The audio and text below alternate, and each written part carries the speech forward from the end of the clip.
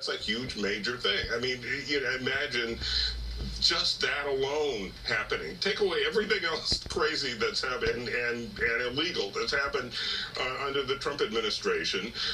Just that one thing happening would be an enormous deal, yet it's surrounded by all this other stuff. You know, the sentencing today, we give federal judges discretion. I actually believe we probably ought to give them more discretion than we have recently with mandatory minimum sentencing, and that means we won't always like the way they use that discretion. And Judge Ellis never liked this case in the first place. He just didn't like it.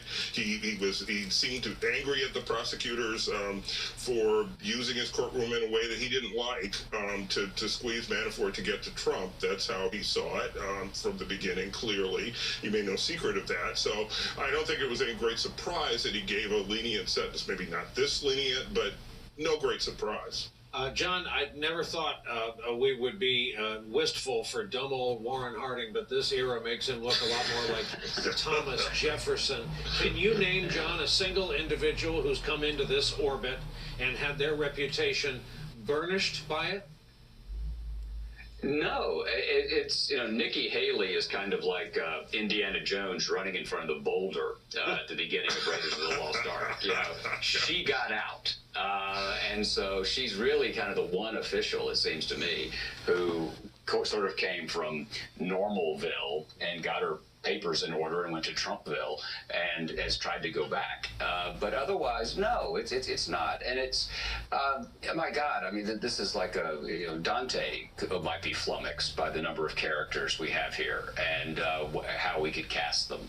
And it's going to be something that deadline guys like Gene and the chin strokers in my part of the caucus are both going to be spending a lot of time trying to make sense of this for a long time. Brian, Eugene, you know, it's not just the officials, by the way.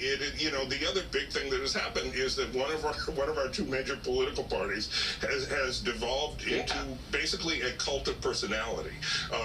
The Republican Party has ceased to function as a political party. Really, it is enthralled to Donald Trump in a way that I certainly have not seen one of our parties behave in my career.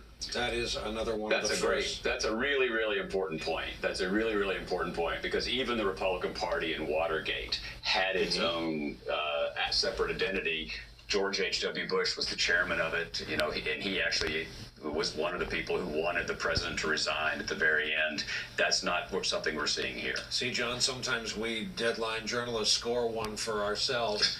Two Pulitzer winners, as we said, ladies and gentlemen. John Meacham, Eugene Robinson, both dear friends of this broadcast. Thank you, gentlemen, very much for joining us. And coming up, did Rod Rosenstein, of all people,